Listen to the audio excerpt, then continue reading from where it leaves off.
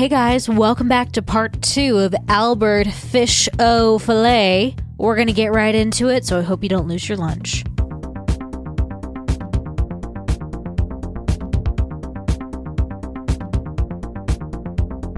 Welcome back, guys, to part 2 of Swimming with Fish. Yes. Fish fry. Fish fry.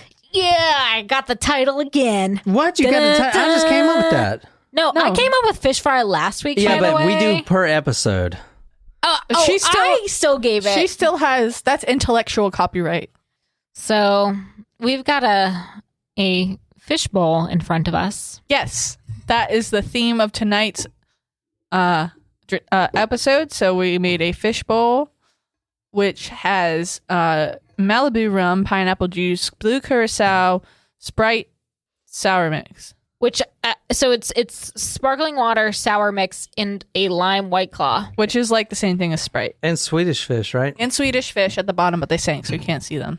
Before we do get started back into the Albert Fish story, I do want to shout out our newest Patreon members, Woo! James, Jacqueline, and Stina, which could possibly be S-Tina, depending on how you're looking at it, but... Tina! Let's make this kitty purr. Tina, why are you groaning? You're doing fine. Tina, relax. Easy. Okay. Our favorite character from Bob's Burgers. And so we're going to knock out 2 surprise shot requests today. Because it's a Saturday night and Jen's sleeping over, so we can do these things. First up, our surprise shot dedication is for Eric. All right, Eric. Surprise shots. Surprise shots. We don't know what they are because they're a surprise. And like I said, we're starting to get some good requests from now on. So this one's not a specific request from Eric, but we are starting to get some good ones. So, All right, cheers, y'all. cheers. I like that. That was good. Sweet.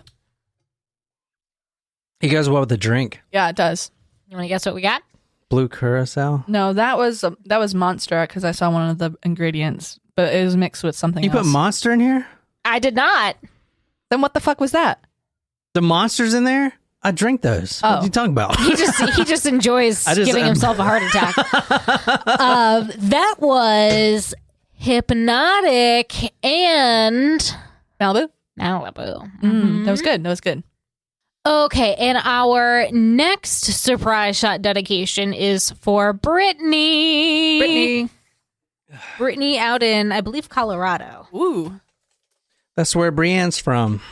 That's right. The Among the Dirt and Trees Uh-huh. podcast. And she's going to be doing 2 episodes a week from now on, so be sure to subscribe. That's great. All right, Brittany, this is for you. Surprise shots. Surprise shots. We don't know what they are because they're a surprise. Deflated. That's for you, Brittany. Cheers. This one looks... Like- Does she have a specific request? It was not a specific request. My choice. Dealer's choice.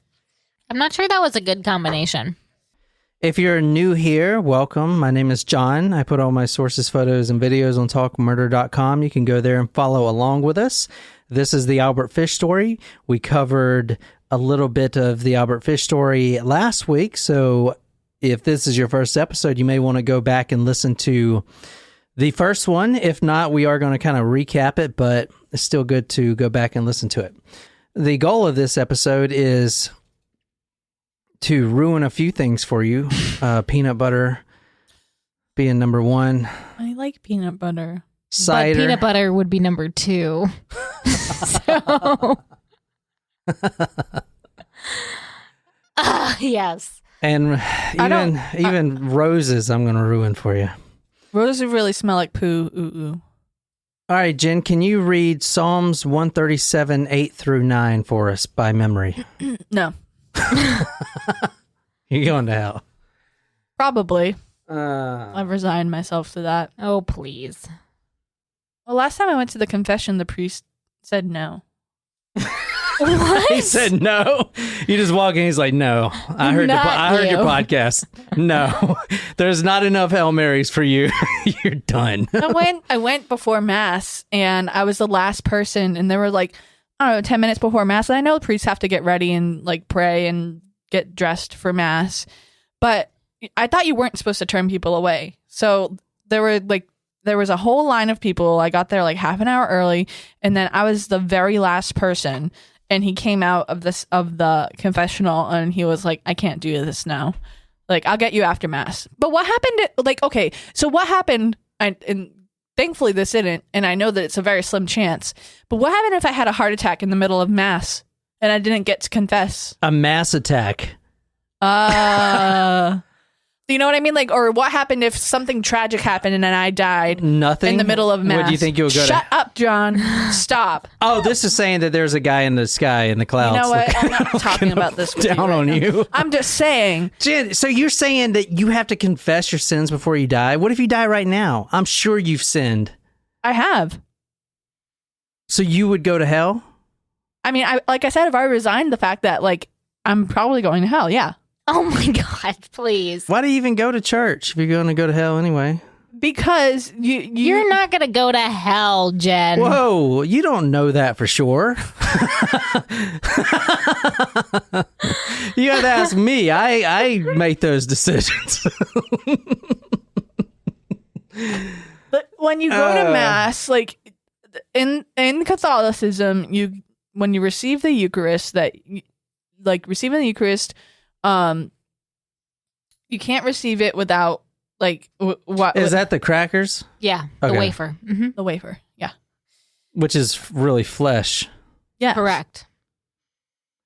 There's a lot of cannibalism in the Bible. Is there not? Wow, that's a perfect segue into today's story. Yeah, let's move on. All right. So Albert Fish was a huge Christian. Actually, he was Episcopalian. So this is one of his favorite verses. A lot of his life revolves around Bible verses. A reading from the book of Psalms. Daughter Babylon, doomed to destruction, happy is the one who repays you according to what you have done to us. Happy is the one who seizes your infants and dashes them against the rocks. That's violent. All right. So Nicole, go ahead or one of you guys go ahead and tell us what happened last time. What did we talk about? The gray man. I'm surprised you remember that. We talked about, in particular, his abduction of a little girl. Well, we talked about several abductions, but He would we like tip focused his cap. a lot on one. He tipped his cap before he took that boy. Yeah, Francis McDonald. Everyone thought he was a creepy old man. Mm-hmm. There was a cottage Wisteria. where he took the girl, and he liked to eat ass. Well, don't we all? I don't know. I don't think I would. understand that, but But no, but like he literally liked to eat her her butt buttocks. cheeks. Yes. Yes. So we'll be reading some of his letters and literature. He's actually his prose is very elegant. If you take out all the doo-doo and pee-pee stuff, he's actually a really good writer. Oh, I forgot that he said that stuff. Because he was in a writing mania, and he would write hundreds of letters to random people in the phone book. I wish that we still had phone books so that we could do that. Just write random letters. That is super creepy now that you think about it. Like the phone book had your name and address in it. So the internet does too right now. I know. Yeah, but you usually have to pay for that information. Obviously, you guys know that Albert Fish was executed for his crimes. I said last time that he has all the needles. Oh, yeah. Yeah. Up his taint. So there are conflicting reports. Some of the reports say there was blue sparks. Others say that he just died really quick and there was no sparks. But I like to think there were sparks everywhere. Like it just makes it seem flashy. Electromagnetic man. Like Magneto or something. So for our Patreon episode this week, Jen's going to be reading a bunch of Jen's going to be reading a bunch of stuff. And because this guy opened up after he knew he wasn't going to get let out. Because actually they thought the trial was going to be a mistrial. Really? Why? And he was going to be walking the streets again. And in fact, the lawyer, and I didn't, until I started researching this, I didn't really understand why he did this, but I want you guys, and you guys can go to talkmore.com and leave me a comment on the blog post at the end of this if you think this guy should have got the insanity plea granted instead of execution. Okay. Because, like, the question is he insane or not insane? And this case in particular... He's certainly not right. He's not well. Okay. This case in particular brings up a very interesting point that I really never thought about because, all right, what's the law now? The law is if you're insane, you can't be held accountable for your crimes. And the caveat there, or the main point being, you have to know the difference between right and wrong. Either know the difference between right and wrong if you were present, if you don't have dissociative identity disorder or whatever, and you weren't just disconnected at the time. But if you were present at the time, you'd have to know between right and wrong. If you don't, you can get an insanity plea. Now, I'm not talking about certain people with mental illnesses that don't even remember something they did because it's their other personality. I'm talking about right or wrong. Does that make sense? Okay. Okay, so that's what the current law is. You guys agree with that? Yes. Mm-hmm. Okay, but that is not just black and white. And in this case, that's what I want everyone to think about. He knows he was there. He didn't disassociate. So the question is, does he know right from wrong? But right and wrong is not just black and white. What if what he thinks is right and wrong is completely different than what everyone else thinks? And just think about that, because if you have a skewed version of right and wrong, can you really be held accountable? Well, I think that is the definition of he doesn't know what right and wrong is if he has a different definition of what right and wrong And is. that's actually what I was going to ask. Like, you know how I was talking about the people that live in the national parks who like kidnap and eat people? Yes. Okay, so What? Yeah. No? What the fuck are you talking about? We mentioned this once. we talked about this. You just don't pay attention to me. There's like people 80% in the of the national time. parks eating people? Yes, they abduct people and they take them and they eat You talking them. about the West Virginia hills, the mountain men? They're there too. They're there too. No, we talked about this. there was a serial killer on the Appalachian Trail, and my mom knows somebody whose daughter You talking about Gary Hilton? Maybe. The guy that lived in the mountains, and we did kind of one story. Well, we focused more on one of his victims, Meredith Emerson. This one's more recent. But he didn't eat people. No, we'll talk about More this another time. recent?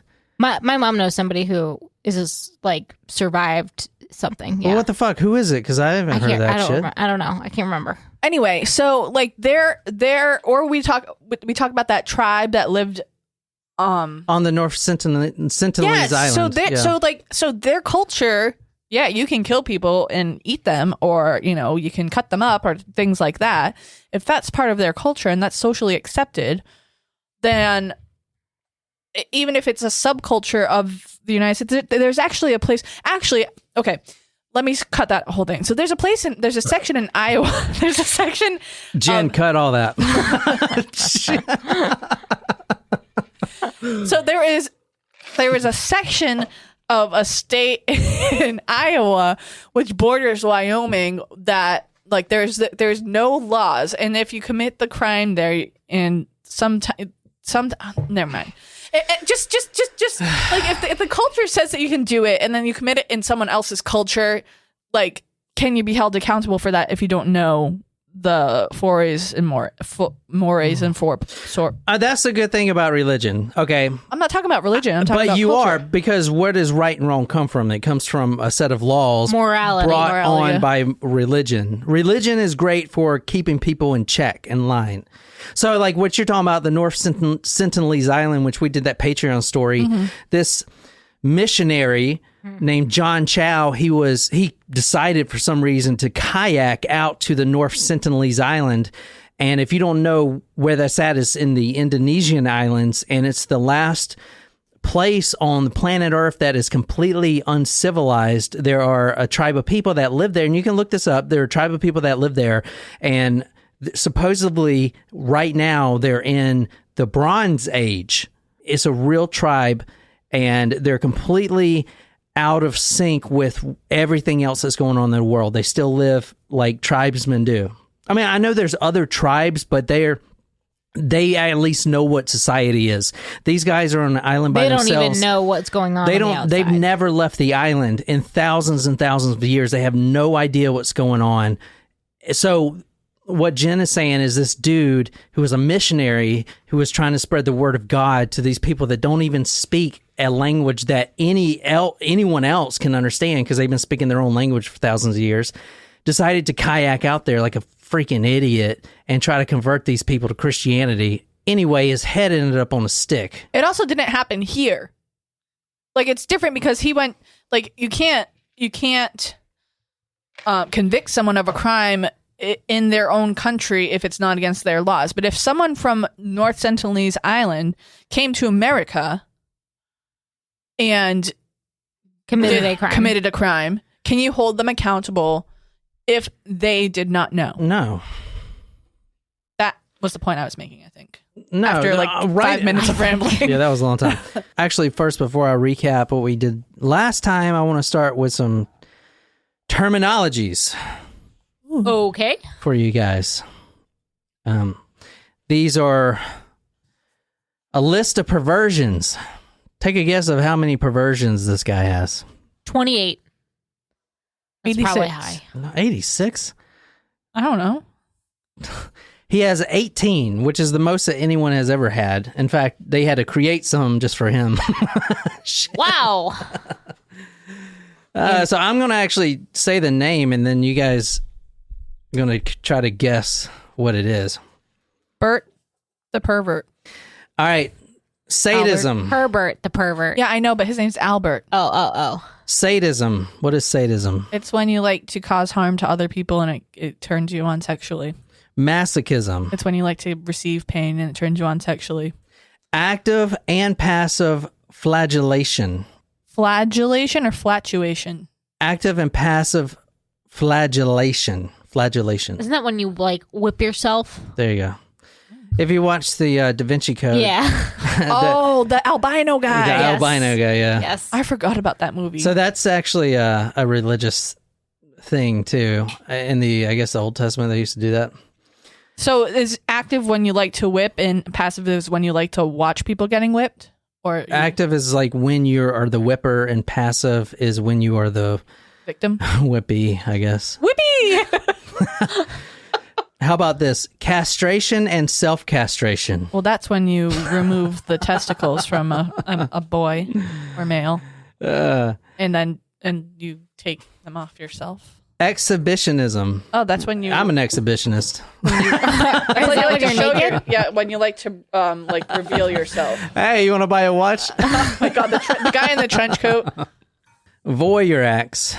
That's when you like to watch people having sex. Peeping John Perry.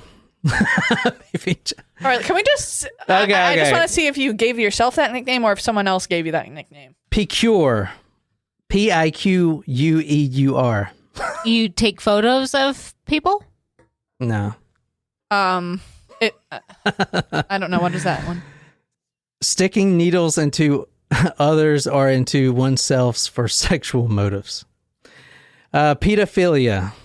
Well, that's attracted to underage. Sexually attracted to children. And this kind of shows you the age of the case. This was in the 1920s. Homosexuality. Well, that's when you're attracted to but that was same sex. Back then, it was considered a perversion. It was. That's correct. Also, happy Pride Month to all of our LGBTQIA plus family of tacos.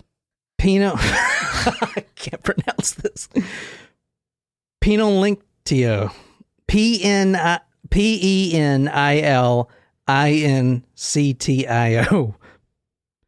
Penilictio. Something to do with the penis. Is he tying his penis up into a knot? No, like a cherry stem? This is simple. The application of mouth to penis. Oh. It's the opposite of fellatio. So penitentio and then fellatio. Is that Italian? Well, no, fellatio is the same as penitentio. Oh, okay. I was going to say they're the same thing. Fellatio. You're thinking cunnilingus, which I learned. Yeah, that is my favorite word. Which I learned is one of your favorite words. You're like, it's just a beautiful sounding word. It is cunnilingus. It's beautiful. Do you remember that? Do you remember that SNL skit where they had the two girls in waiting for Colonel Angus? Yes, I do. But they were Southern, so they could pronounce it cunnilingus. Yes, I do remember that one, actually. I don't watch a lot, so... Oh, speaking of which, cunnilingus. There you go. Oral application sex. of mouth to female genitalias. Genitalias? Genitalia, right? Oh, there's 3 holes. Oh, gross. I'm just saying. Analingus. Well, that's mouth to anus. Mouth to M to A to P. Or to I like using just the first initial. Back to M. Okay, here's a good one. Coprophagia. I think I pronounced that right. Coprophagia. Well, I've been copophile. That's what it sounds like. He likes to copulate. No, I've been accused of this. Coprophagia is something mild. Touching a hiney? No, it's eating of feces. Ew. Eating a peanut butter. Oh, shit. You're the worst. This you might get. Undinism. UNDINISM. Looking having under a fetish skirt for underwear? Well, think of the word UN. to Under. undress, Well, maybe not. Maybe to that undo makes- something. It's playing with urine. For example, urination into another person's mouth. Okay, R. Kelly. Oh, gross. Fetishism. Having fetishes. Fetish? A weird sex thing. Abnormal preference for one part of the body, such as buttocks, are for inanimate. Now remember, this is See, a tit guy or an ass guy? are for inanimate objects. foot Now guy. remember this is in the 20s. Okay, so they don't have TikTok and all and WAP, wet ass pussy, which was the song of the year. It was. Which is what's wrong with the fucking Wop, wop. society. They don't know all Get a this bucket stuff. and a mop for that wet ass pussy. Oh God. Macaroni in the pot for that wet ass pussy. Anyway, how about this one? Cannibalism Eating humans. and hypereroticism. When he's unnormally the amount of times that he is turned on. Yeah. Did we get through them all? Yeah, that's it. Oh, that was fun. I like that guessing game. All right, so who you're looking at now is Albert Fish. This is him in the electric chair. What I want you to know from this episode is, and you can go to talkmore.com because I want to know what people think. Should he have been found guilty of this, or should he have received an insanity plea, which would mean he would be forever locked up in a mental institution, sort of like Ed Gein? So, you're asking us for later? You're not asking us for now. Yeah, just something to think about.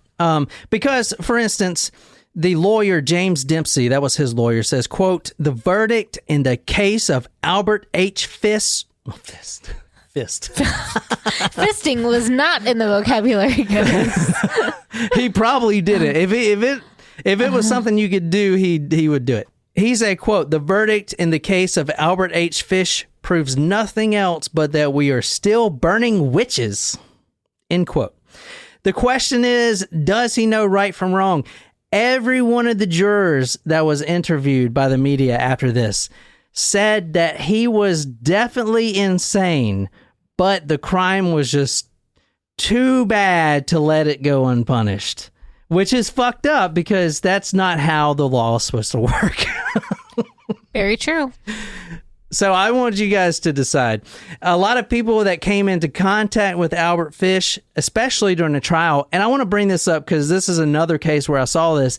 In the old cases like this, it's interesting to know that much like today, the true crime audience is predominantly female. Even back in the day, in the 20s, and even before that in the 1800s, if there is a murder trial, especially a sensational murder trial, the jury, or not, the pulpit, where's the pulpit? In the courtroom? Mm-hmm. The courtroom pit would be filled up with mostly females. You guys love this stuff, this true crime type of stuff, and that's evident even from like this podcast. Most of our listeners are female. So another thing to note about these cases back in this time, when evidence starts coming out, confessions start coming out to be presented to the jurors, testimony or whatever, if it's going to get too gruesome, the judge will kick all the females out of the courtroom. Now, this doesn't happen today, but it's kind of interesting to note that this happened back in the day. And in this case, the judge would be like, all right, stop, everyone take a recess. I need all the females out because this is going to get gruesome. Kind of crazy, isn't it? Yeah. Mm-hmm. There's a lot of interesting things about this. Like I was telling Nicole earlier, in these old cases, if you have a detective spending several years trying to chase a killer, once he is caught, the detective and the main detective and the killer would do a photo op together. And this is something that I've seen in many of these old cases. It's not like this today, but it's almost like they're not buddy, but have you ever seen the Catch Me If You Can? I was just going to say, it's just like Catch Me If You Can. Yeah, so it's the same premise, and I'll show you a picture right now. He lives in Charleston now. Oh. I have his book signed by him. Cool. I mean, he didn't sign it for me, but I have a signed copy. I got it at the book sale. Oh, yeah. That was it. Yeah, so... Oh, okay. Oh, he's so old. And I'll put this on talkmore.com. But yeah, it's kind of funny that this is a legit dressed up. This is a legit photo op. Like they both stood here to take this photo. It's crazy, you know. It's like and they're like he's behind him like a fucking family photo. It's just a weird times back then. Yeah, different. Many of the people who came into contact with Albert Fish would say things like, quote, "If you wanted someone to entrust your children with, he would be the one you would choose," end quote. He actually had children and grandchildren of his own. Oof. And his first granddaughter, he said this to the media, quote, and he was all giddy when he was saying this, and she's 12. "She's 12 years old, and she's a great little dancer. I just idolize her. I love children and was always soft-hearted. Gives a new meaning to Hold Me Closer, Tiny Dancer. Murder was not in my heart," end quote. Was he abusive to his family members? If there was an award back then for Father of the Year, it would go to him. And I'm being serious. He was the nicest person. Every one of his grandchildren and his own children testified in court in his favor, saying that he is the sweetest person and he cared for them and he gave his all to his own children, and he loves children because they needed him growing up, and he would never hit his kids. He would never abuse them. He was as sweet as pie. He would win the Father of the Year award, which is crazy because of what we talked about last week, right? Yeah. So a little bit about his execution before we get too far into it. He says, quote, "I have no particular desire to live. I have no particular desire to be killed. It is a matter of indifference to me. I do not think I am altogether right," end quote. That's kind of sad. I mean, he did some terrible things, so I guess I don't feel that bad, but it's kind of sad to hear someone's sentiment say that I have no desire to live. Well, if you read through all the transcripts that he was writing his lawyer, in court, you would view Albert Fish as not even caring. But if you read all the transcripts, he actually had a very prominent hand in his defense, telling his lawyer exactly what to do, how to play the jury, stuff like that. Huh. So he may just be a psychopath, is what I'm trying to say. So okay. he He has made this whole insanity thing. Yeah, because you just said, "Oh, that's sad." So, I mean, this dude cut up and ate a 10-year-old, and you said that's sad. That would, but I'm not trying to be mean, but that is what he wants. That's the wolf in sheep's clothing, right? Yeah. That's the, you know what I'm saying? And actually, I was thinking, because last week I said this, it reminds me of Red Robin Hood, and you said, well, no, because Red Robin Hood actually doesn't die. In fact, she does die in the origin stories. Really? She just doesn't die in the Disney bullshit we put together 100 years ago to tell our kids to stay out of the woods. But in the real fairy tale story, she gets eaten alive. Yeah, fairy tales are actually very dark. Very dark. Brothers Grimm. They're called that for a reason. And I'm just going over a broad sense of who this guy is before we get into it, right? Another couple cases that he took a particular interest in, and I noticed this too when I did the Ed Gein story, when they went into his home, exactly like Albert Fish, when they went into his home, they would find all these news clippings and magazine articles about dismemberment and cannibalism and all kinds of crazy shit. South Filipino, brutal cutting up and all this crazy shit. Anyway, a couple cases that he was interested in was Edward Hickman in California, who dismembered a girl, and he would follow the cases front and center. And he knew law really well because he read all about these court cases, right? Holmes and Thurmwood, who were stripped naked, beaten, and hung to trees in the presence of 15,000 men. Let's see, and a bunch of others. Oh, and also an Admiral Perry. This is actually really interesting. The expedition of a crew of 3 shipmates who were stuck out at sea and had to draw straws to see which one of them gets eaten first. It's kind of like that episode of Family Guy. Yeah. Joe's like, if you need to, if it gets that way, you can start eating my legs. And like Peter's like already chomped through half of it. You're eating me. So we're going through the formalities here, talking about his family background. I'm going to get to the stuff that everyone wants to hear, but I'm trying to get these out the way because I feel like I have to as a true crime podcaster. Just as I feel like gloss. I feel like I have to do this. All right, the family background. When Albert Fish was 5, his father dies. He was immediately put in an orphanage from 5 to 7, and then his mother takes him back at 7. So basically, the father dies, and the mother couldn't cope with it, especially back then. Was he an only child?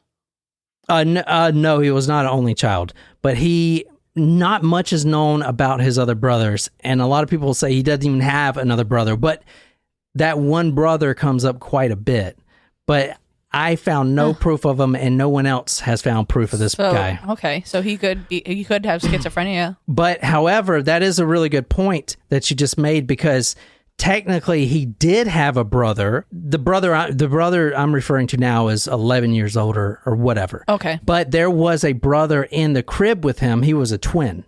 And did he eat him? Shit. Reminds me of also my big fat Greek wedding. I had a lump in my neck, and in this lump were teeth and a spinal cord. Also, it was my twin. It also reminds me of Pitch Perfect with she's like, I had a twin. I didn't know. His brother was named Albert. So Albert Fish is not his real name. His real name is Hamilton. Well, his twins. No. Albert Fish, the one we're talking about now, his real birth-given name is Hamilton. And his brother's name is Albert. His brother's name, who died in the crib, is Albert. Okay, this is crazy. And no one can substantiate this shit either, right? How is So he killed his brother in the crib and then stole his identity. No, oh my God, okay. yes. That's exactly what I'm thinking. Hamilton didn't even know he had a brother. However, in the orphanage, The orphanage, he stole him from the crib. So and he had a snack. The killer, Albert Fish, whose real name is Hamilton. Will the real Albert Fish please stand up? He didn't even know he had a brother. But when he was in the orphanage from 5 to 7, he was bullied. And the source of the bullying came from his name. His name was Hamilton. And I don't know the other nicknames because he didn't mention them. He actually says, quote, they would call me ham and eggs and such. So other names too. but we don't know the other names. But they did. If he was alive now, he wishes his name was still Hamilton. Mm-hmm. Why? Because of the smash Tony Award-winning Broadway musical. That's actually really interesting that you said that. Hamilton, forget the baby in the crib. I'm going to call the guy we're talking about tonight Albert from now on. Okay, because that's his assumed name. Yeah, exactly. But I know it's confusing. But he was Albert. I'm confused. My mind is seriously blown that Albert's name is not Albert. When he was initially named Hamilton, it was after one of his distant ancestors, a Hamilton Fish, whom, I should say, was Secretary of State under President Ulysses. President Ulysses S. Grant. Ulysses S. Grant. President Ulysses S. Grant, the 18th president who served from 1869 to 1977. Now, get this. Hold on. Hamilton Fish. So he's named after this guy named Hamilton. Right. Fish, which is the Secretary of State. That is Grant. His ancestor. That is who the killer is named after. Correct. Right. That guy, the Secretary of State, was named Hamilton because his father was a intimate friend and the executor of Alexander Hamilton. From his will? From that play, from that Broadway. You mean the treasurer, the first treasurer of the United States? Alexander Hamilton. So his great grandpappy was the executor and best friend of Alexander Hamilton. Whoa. That is how he got his name. He got his name. But he was bullied in the orphanage from 5 to 7, and he tells his mom, once his mom takes him back, about all the bullying he ensued. And she says, well, why don't you just take your dead brother's name, Albert? And he's like, wait, I have a dead brother? Yeah, Albert. He's dead. So so from now on, he's Albert Fish. He's Albert H. Fish. That's what he goes by. So Hamilton being the middle name. Interesting. So that is the That is fascinating. All right. Nicole, you can read this. This is from Albert Fish to the judge that was presiding over his case, and he wrote a lot of letters. But anyway, this is about his family background, a little bit about it, minus some of the stuff I just told you. I think that's in another letter. But this talks about his brother and also talks about his father as well. Governor Herbert H. Lehman, the State House of Albany, New York.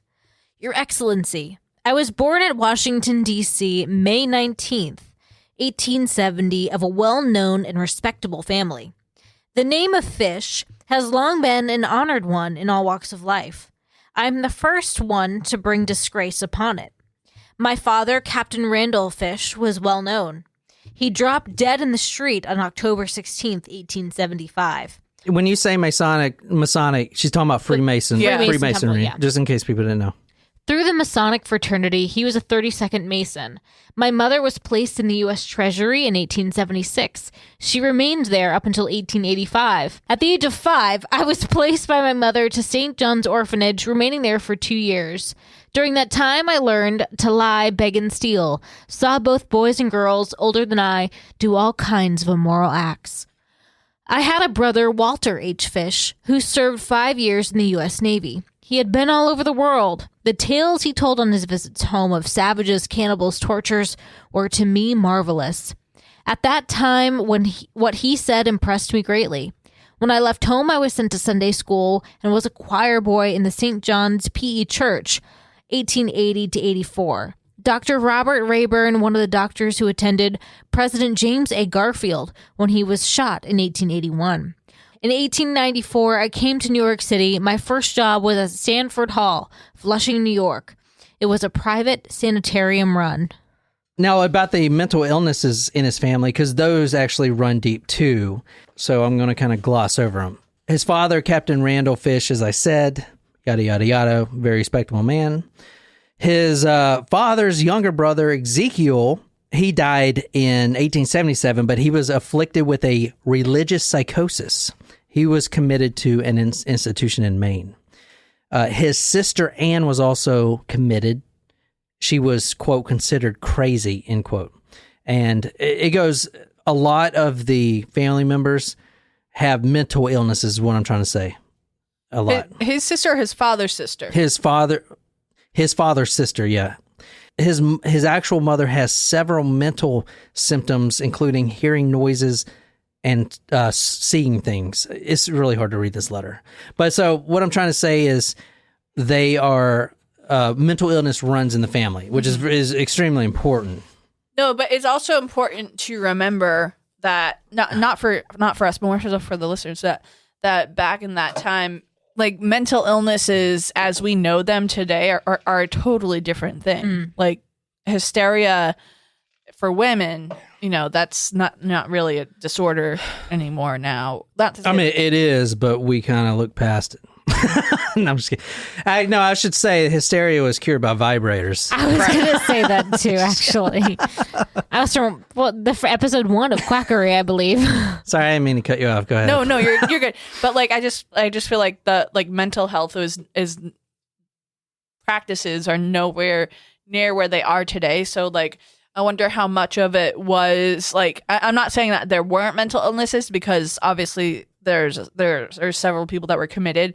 But I wonder how much of it like would be things today that aren't considered mental illnesses, like homosexuality, like they think it is a perversion. Yeah. Well, yeah, but not just that. That's just an example. Albert Fish in total had 4 wives, 3 of which he married within 4 months, a 4-month time period. So basically 1 a month. And he never divorced them. He never divorced anyone. But he was a bigamist. Yeah. In 1930, he marries 3 wives in a span of 4 months. It's a fast courtship.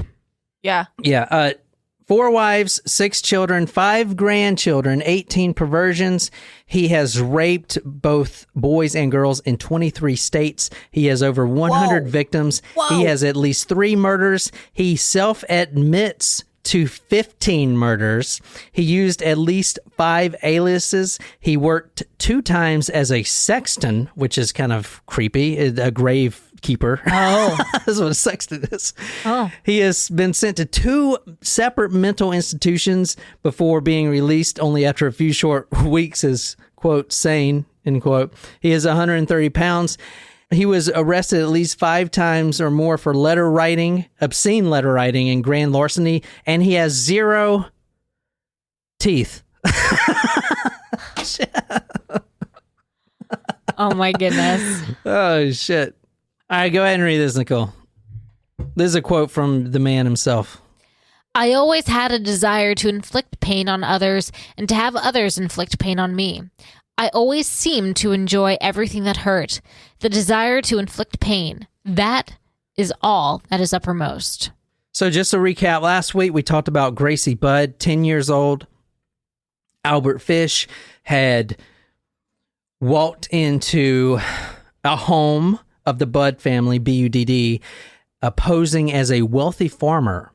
And he had his gray suit on and his beard, and he looked like he comes from wealth.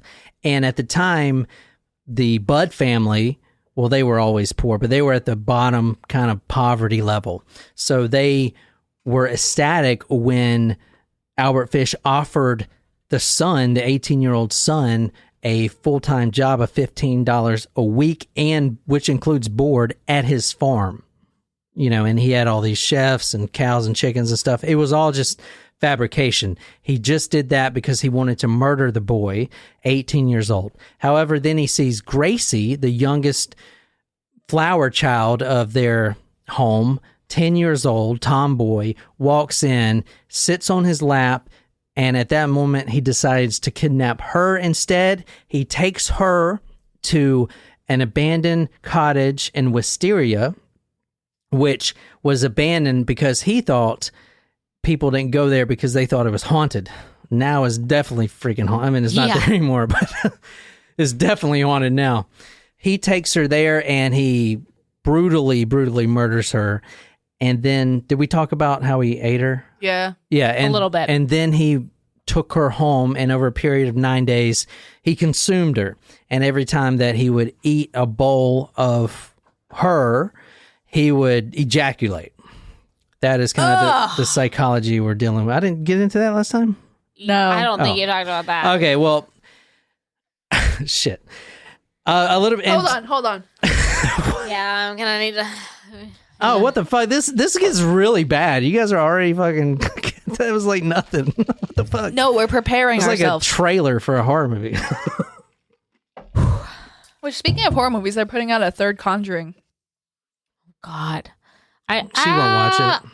I think I saw the first one. Didn't you guys make me watch the first one? Not me. Yeah, you didn't watch it. I didn't watch it either. You'd know it if you watch it. It follows. doll. It follows. No. That's Annabelle. Yes, different. It follows. The Conjuring series follows the life of one of the most prolific paranormal investigators out of Connecticut. Yeah, you're talking about the. I think I saw The Conjuring, but not Annabelle. I don't know. I think it's in the same universe, same movie universe. I don't know. That is a story of Gracie Budd. We're going to be going into detail of that one tonight, plus some others, because we actually have his own words. After he got caught and realized that he wasn't going to get away so easily, he decided to confess and do a tell-all. And that's what we're using tonight. That's the title of the book, isn't it? What book? The book that we're reading from? No, we're reading. Oh, no, this is just a collection of his. Oh. The book, this is just a collection of all the documents. Oh.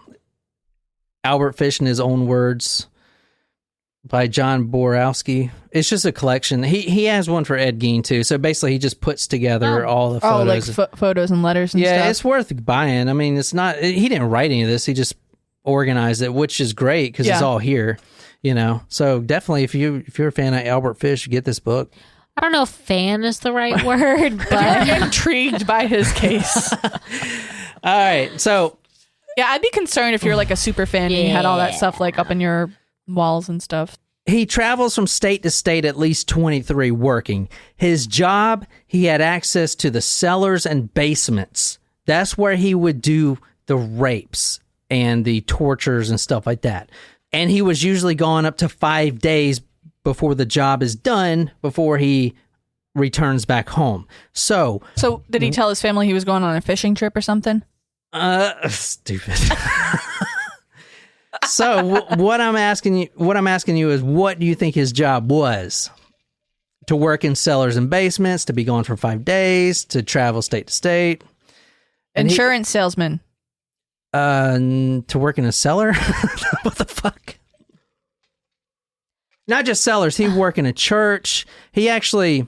Okay, so I'm just going to tell you. A flooding expert. Insurance adjuster. He was a painter. Oh. A house painter. And in fact, after the Gracie murder, here's one of the jobs he was hired for. He was actually hired for this local church. They wanted angels painted on the ceiling, and he was the one to paint the angels on there. Oh, God. I hope that church painted over it. Kind of fucking creepy. Yeah. That's twisted. On many occasions, he would actually quit the job midweek.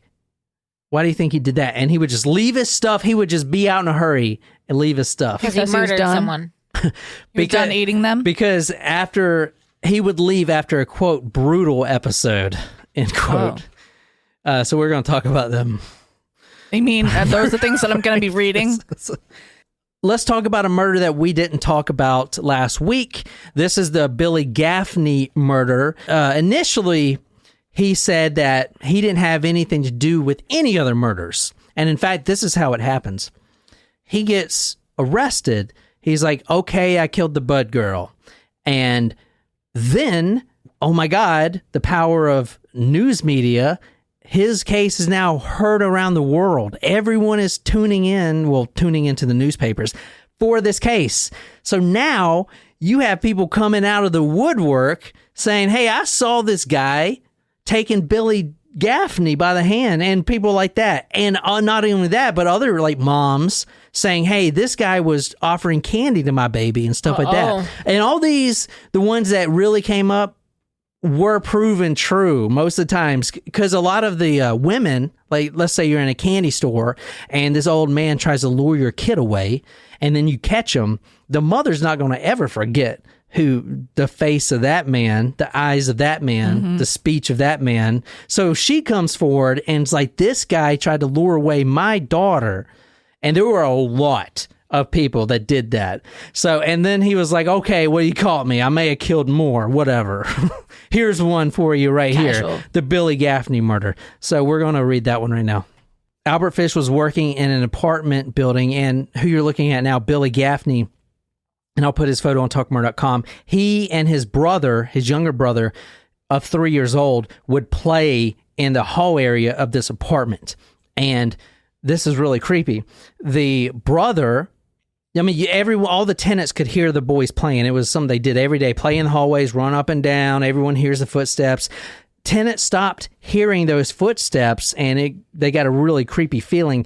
They went up there and saw the 3-year-old by himself, and then like the parents go up there and it's like, where is Billy? Where's your brother? Where is he?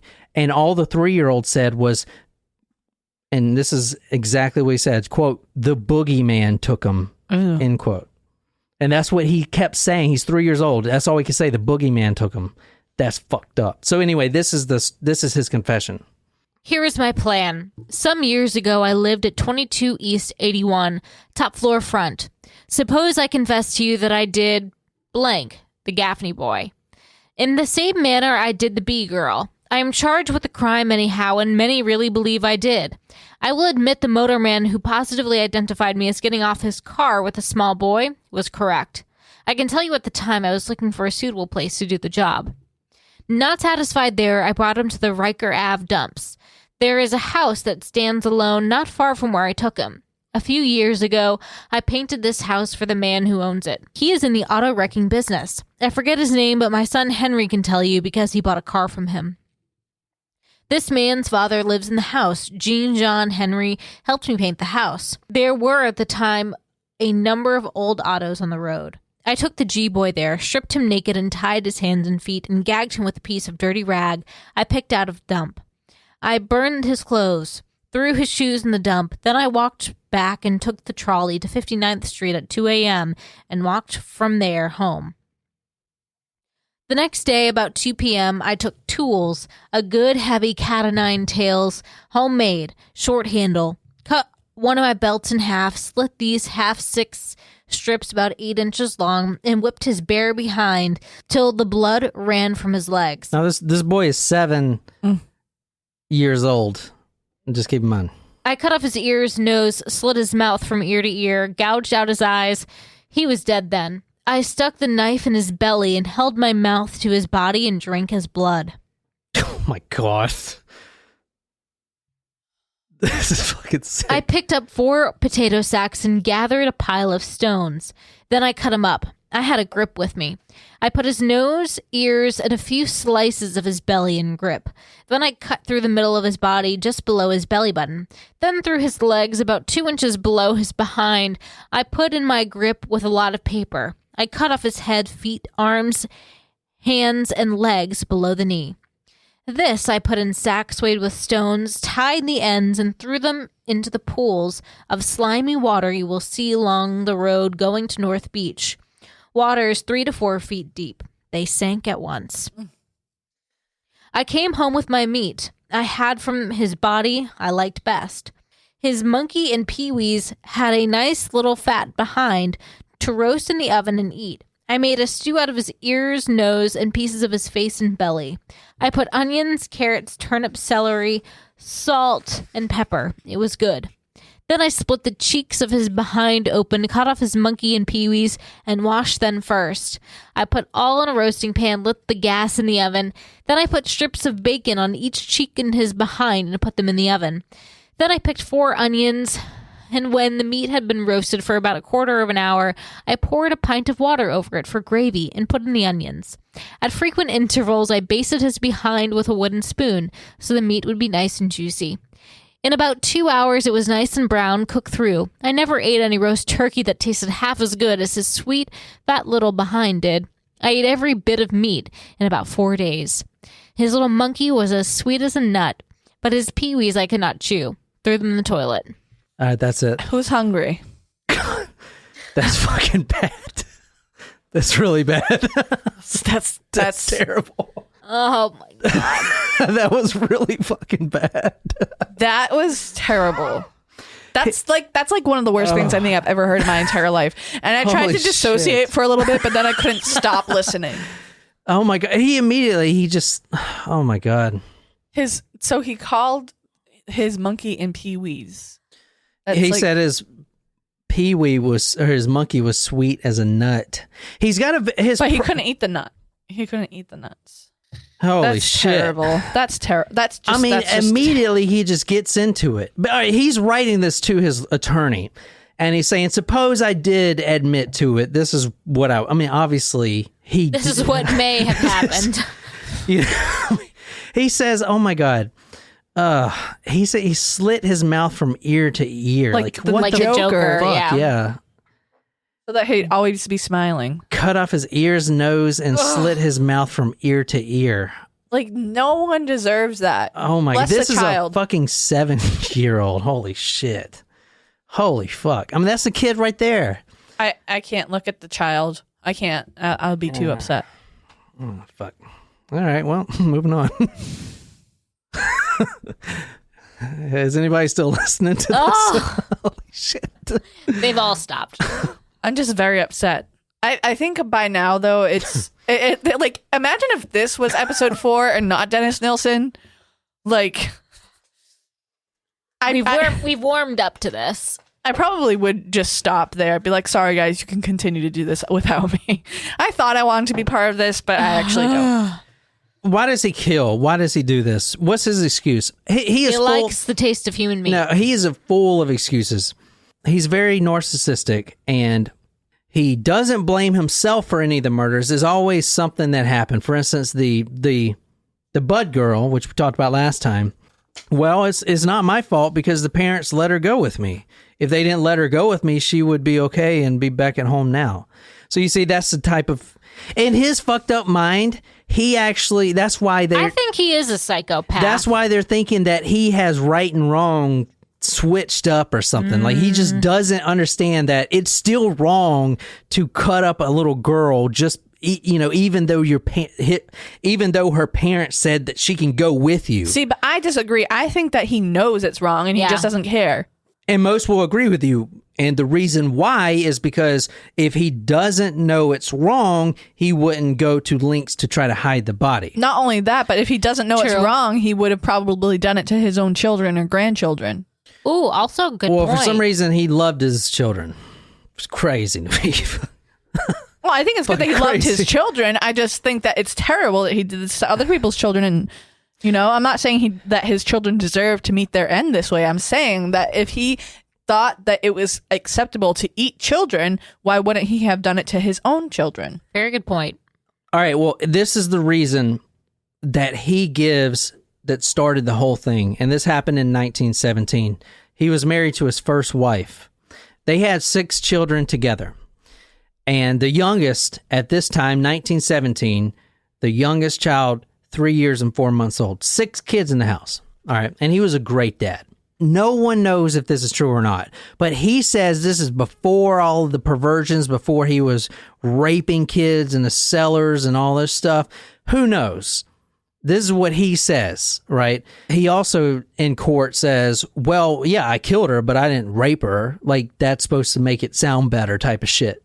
Anyway. So that statement right there also makes me think he knew that raping was something wrong. was wrong. But he says it in a way that, but don't forget that I didn't rape her. I don't forget that I didn't do that. It's like, dude, you cut her up and ate her. Like, what the fuck? I'm saying, like, he knows that there's right and something wrong there that he did wrong. He's living happily with his wife and 6 kids, from what he's saying. He's never even touched another boy, another girl, whatever. He noticed that the family was starting to use 10 more pounds of meat per month. Okay, yeah, because his children are growing. Exactly. But that's a lot of meat. Yeah. So he was questioning his wife about that. Like, why are we buying, I'm buying this meat and we're using a lot more. And then his wife says, well, maybe the dog's probably eating it. But the dog is a little scrappy thing. It wasn't eating 10 pounds of meat by itself. He knew something was fishy. Every night, the dog would Every night the dog would up the stairs and up to the little attic, you know where the attic is? Yeah. And he would just sit there and sniff around. So Albert Fish is like, I got it. That little scroungy mutt is taking that meat and hoarding it in the attic. I'm going to go follow him. So one night he goes up there and he follows the dog. He opens the attic, which obviously the dog is not opening the attic. And unless they leave it cracked. And the food is not sitting right there at the door. So he walks in the attic and it's pitch black dark.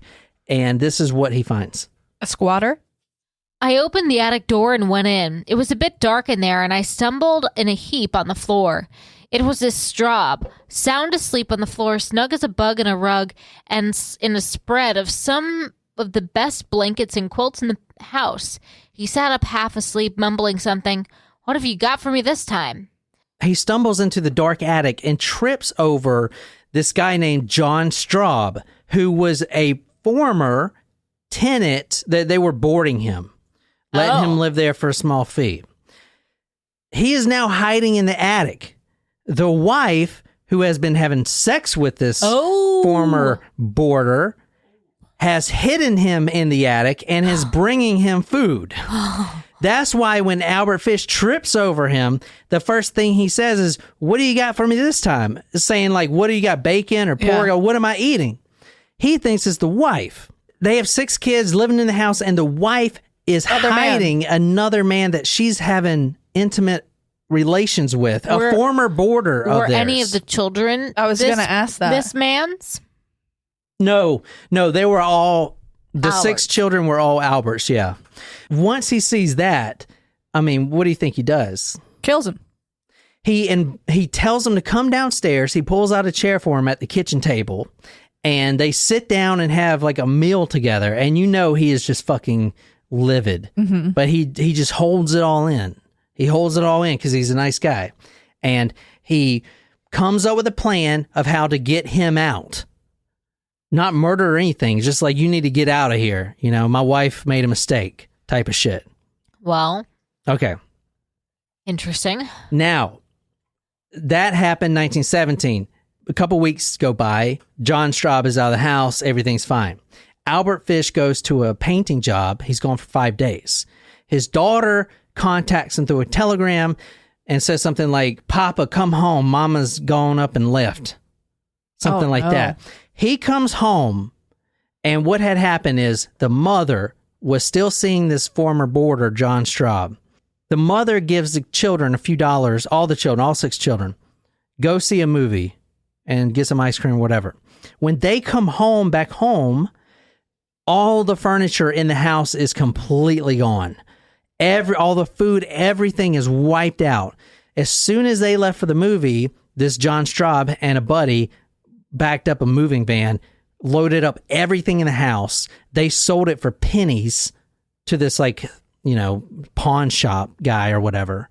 And then they moved out, like up and left, leaving the children there starving with no heat or no blankets or anything. It took everything in this house all alone. Wow. Crazy. So and the reason I'm telling you that is because that's why he blames all this on. That's why it started. All the letter writings and stuff like that. It all started because his wife did this. Well, it was a trigger, perhaps.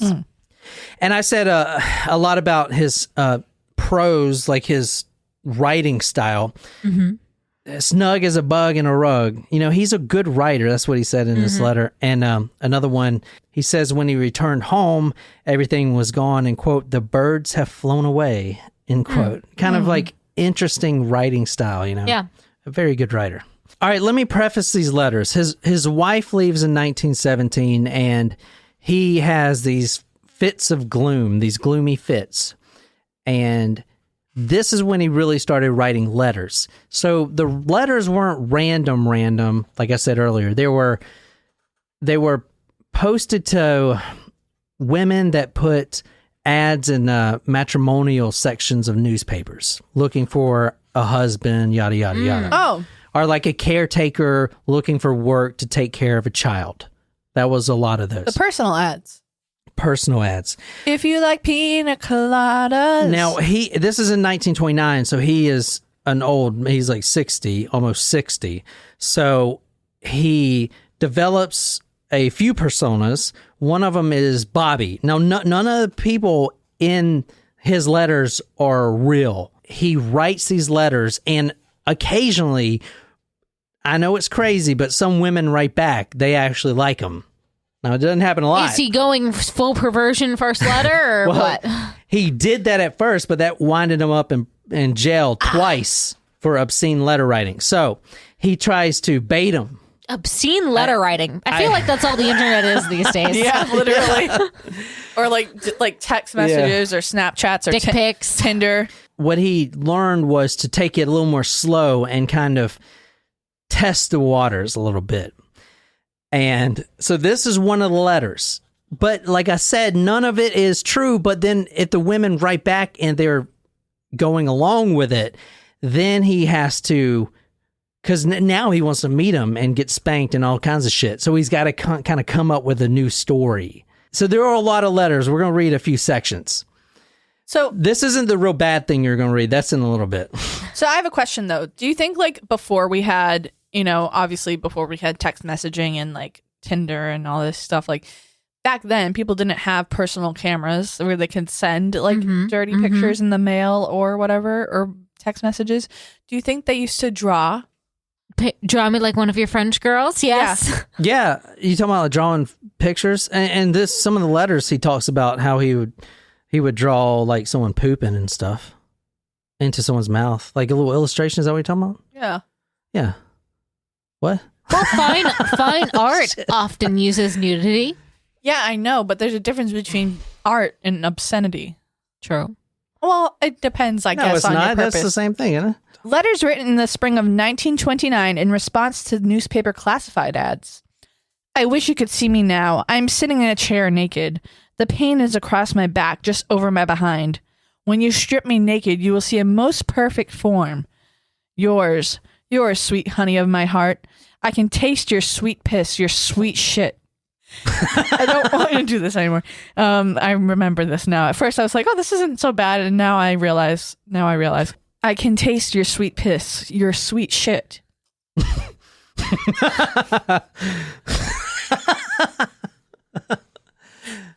I'm sorry. I just don't understand the next sentence, like how adults use this in like a serious term. You must pee in a glass, and I shall drink every drop of it as you watch me. Tell me when you want to do number 2. I will take you over my knees, pull up your clothes, take down your drawers, and hold my mouth to your sweet honey fat ass and eat your sweet peanut butter as it comes out fresh and hot. That is how they do it in Hollywood. That's not how they... what Hollywood are we talking about here? Bobby does not wet or muss his clothes or the bed. All right, wait, let me preface this. Bobby is one of the fictitious characters. Oh, okay. It's a son of his that is fake, handicapped. Well, yeah, but it's not a real person. This is what he's writing. It's like a story to him. Bobby does not wet or muss his clothes or the bed. He will tell you when he has to use the toilet, number 1 or number 2. For his number 1, his pants must be unbuttoned at the crotch and his monkey taken out. His pants and drawers are all made up with a drop seat. All you have to do is loose 3 buttons in the back and down they come. Saves a lot of undressing. Handy when you want to spank him. Just drop the seat of his pants and drawers. You don't have to strip him except at night for bed or give him a bath or a switching. The doctor says 3 or 4 good spankings a day on his bare behind will do him good as he is nice and fat in that spot. It will be an aid to him. When he don't mind you, then you must strip him and use the cat o' nine tails.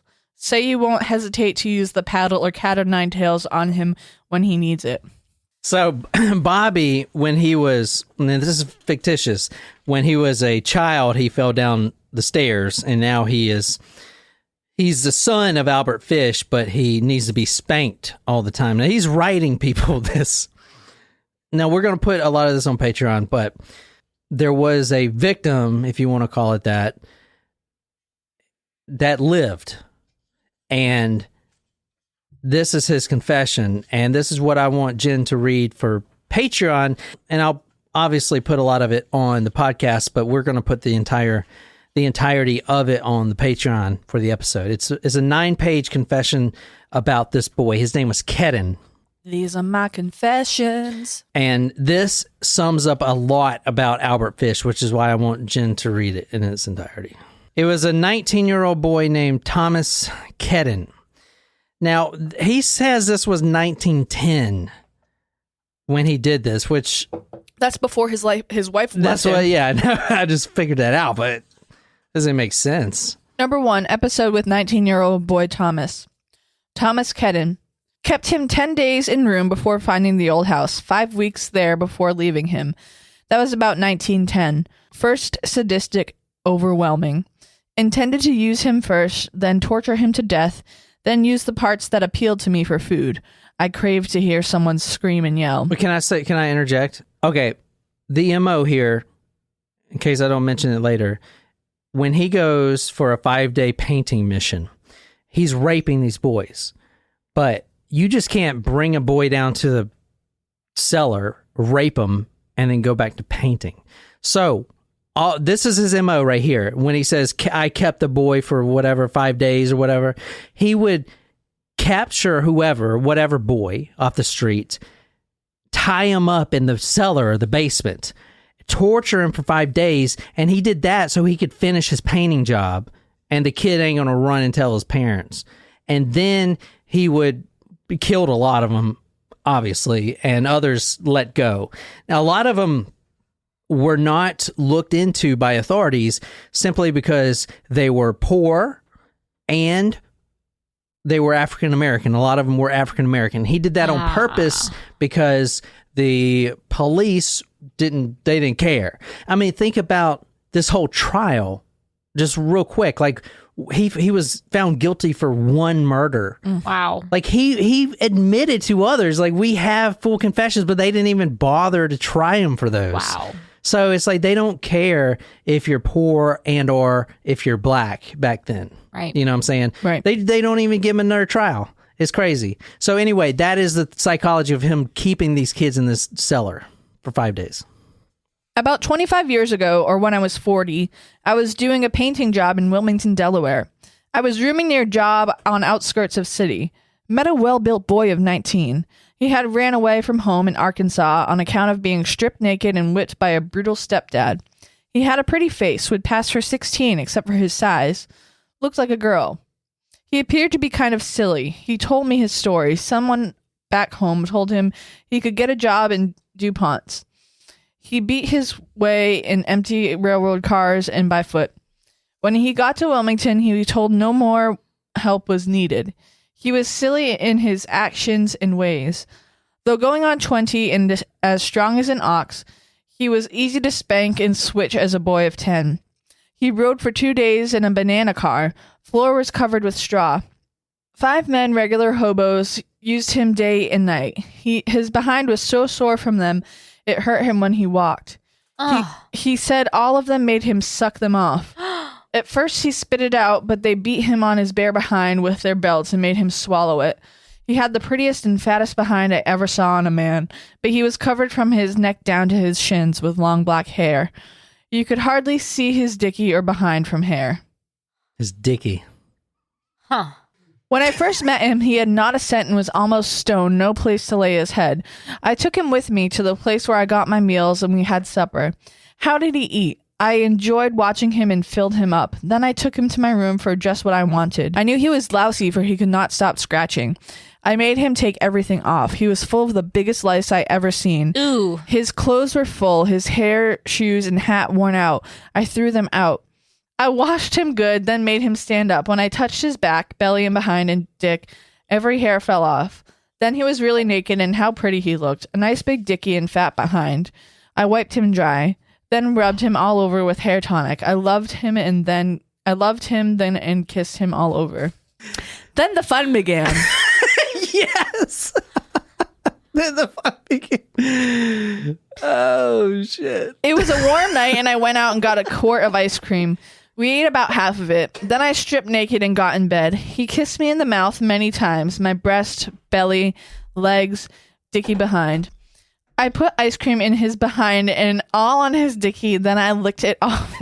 Dicky. He had a large sugar bowl and it went all the way up. Sugar bowl. How good it felt as I shoved it in. It slipped out once or twice. Then he did it to me. We put our arms around each other, kissed, and went to sleep. I bought him some clothes. That went on for about 10 days. How I had whipped many boys and girls, but they were gagged, so they couldn't make out no cry. I craved for something different. Okay, hold on. Can I just interrupt one more time? That's another part of the MO. When he takes a boy or girl in the 23 states he's been and ties them up in the dungeon, the cellar of whatever house he's painting, he actually has to gag them the whole time because... So they don't make noise. Exactly, so they don't make noise, and he didn't get in trouble, which he has gotten in trouble for before, and he got kicked out or just left. But this person is a consenting adult. But listen, yeah, exactly. But listen, if you're a sadomasochist, and this brings us way back to the Richard Cottingham case, he was like this. In fact, he got caught because of this. He was in the hotel. The bowling ball. And he wants sadomasochists. They want to hear the scream. They don't care about killing you. Like, the killing you is not their concern. If anything, they want to keep you alive. And that's why a lot of them get caught, because they just let them go. They don't care, but they're not getting their joy out of killing. They're getting their joy out of you screaming in terror, you know? And I didn't mean to say that he was a consenting adult, meaning that he was all for all of these things. I'm sure he. Well, some of it sounds. I mean, just from the description, of course, the other. This is from his perspective. The other participant is not alive to reply, but it sounds like... Well, why would they want this to happen? Like, think about what was going on. Like, why would they consent to this? Well, he was being taken care of by this person. This is like during the everyone's broke type of shit. So that's why I was saying he may not have been really consenting, but felt like he had to. He's paying them good money to do, well, not good money, but maybe $10. He is feeding him. Well, actually, he does pay this guy $10, as you're going to see, as Jen's going to read here in a minute. Yeah, so they do get paid, so they do want to come back, even though they got to put up with all this because they need money. Well, in this particular case, but this is one of the few where it is an older male. It's and not a helpless child. Most of the victims are younger than 14. Right. So and the youngest that he admitted to was 9. That was the absolute youngest that he admitted to. It would be mostly males, some females, but he preferred males. But if it was a girl that was all available, he would take that. I wanted to lash, cut, burn a nice big fat pretty bare ass like Thomas had, torture him, hear him scream with pain. I could not do it here. To many people. I began to look around. About a mile away, there was an old farmhouse. The door and lock was in good order with a key. It is just the place to whip and torture Thomas, just as I wished. I put a chamber in the room for him to use. Then one rainy day, I bought a blanket and we came to the torture chamber. I made him strip bare naked and locked him in. I filled an old pitcher full of water and gave it to him to drink. Then I cut about 20 switches off blackberry bushes. They were full of thorns. I brought 2 book straps they use in school. I took up 3 switches and the straps and tied his hand behind him, then his feet. Then I turned him over on his belly and began to torture his nice fat ass. I used 1 switch at a time, struck him as hard as I could. Each blow, the thorns stuck in his flesh. Often I would drag the switch instead of lifting it. Then I would tear and rip the cheeks of his fat ass. Oh, Jesus. How he did scream. It was the sweet music to my very soul to hear him and know that no one else could.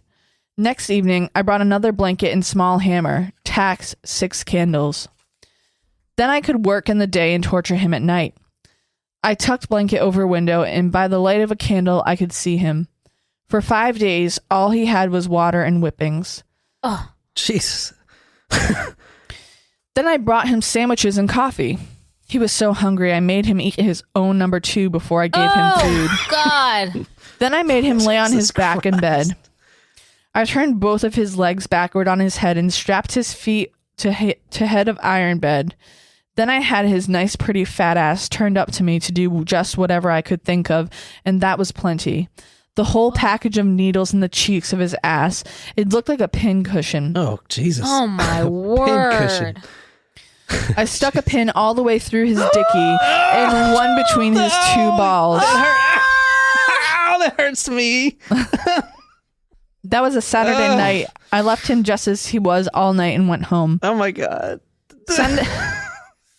Sunday, I brought some food and a bottle of peroxide. He left him there overnight with a fucking thing in his dick. A pin up his dick hole. And his butt like a pincushion. He just leaves him there. You think this guy wants to be there? He's Not anymore. He's tied up. He doesn't want to be there Before anymore. he was tied up, it sounded like he didn't mind. From 9 a.m. Sunday until 11 p.m., I whipped, cut, and burned his bare ass, except at noon and 6 p.m. when I went out for food. To weaken him and keep him so, I gave him food, but once a day. I gave him a tablespoon where he ate much of his own number 2 out of the chamber. Oh, shit. Then I spilled alcohol on his bare ass and dicky, then set him on fire. Oh, my God. I clapped my hands and jumped with joy when I heard him scream. Oh, my God. What the fuck? That is... This guy is fucked. Holy shit. Then I let him play Papa. Everything I'd done to him, I made him do to me. He spanked, switched, cut, and burned my bare ass. He made me jump and yell when he sunk the thorns in me and then pulled them through my flesh. Him lighting himself on fire.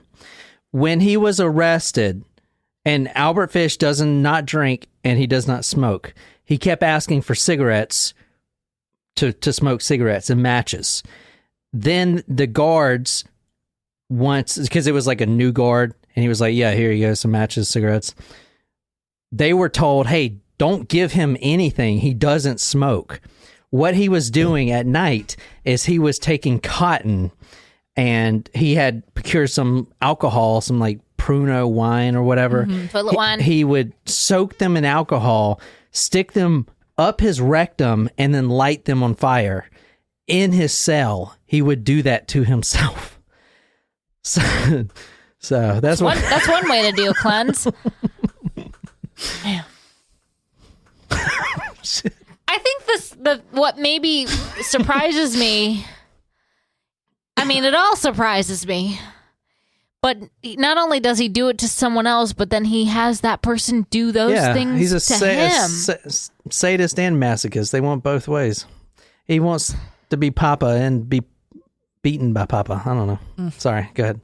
Then I was tempted. I tied him up again, played with his dicky until it got stiff. Then I took the knife and sliced off half of it. I shall never forget his scream or the look he gave me. Jesus. The blood gushed in a stream. At first, I intended to kill him, cut up the body, and take it home. I gave him $10, kissed him goodbye, took first train I could get back home, never heard what became of him, or tried to find out. God delivered Jacob and his people out of the hands of their enemies. He smote the Egyptians in their hinder parts. His command is spare, not the rod. His holy book says, purge thyself of sin with the rod. The Jews stripped and whipped Jesus with stitches before they crucified him. Who am I, most unworthy of sinners, that I should not be stripped and whipped? Abraham offered up his own son as a sacrifice to Almighty God. Okay, so you kind of see his personality now? He kind of reminds me of Ramsay Bolton from Game of Thrones, like the fact that he likes to torture people so much. Except Ramsay Bolton did not rape, like, what was his name? I keep forgetting his name. The same character. There's a couple other perversions that I didn't get to. Oh, and the list of the guessing game that we were playing before? One, as Jen will explain, is called phytophilia. Oh. Anyone want to guess what that is? I feel like I've heard of it before, but I can't. Phytophilia. Very fond of flowers. Like to see them. Like to smell them. Me too.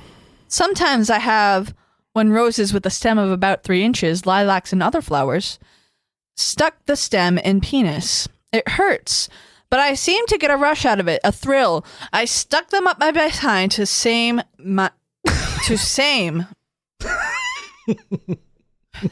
Many times I came when the rose. Oh my God.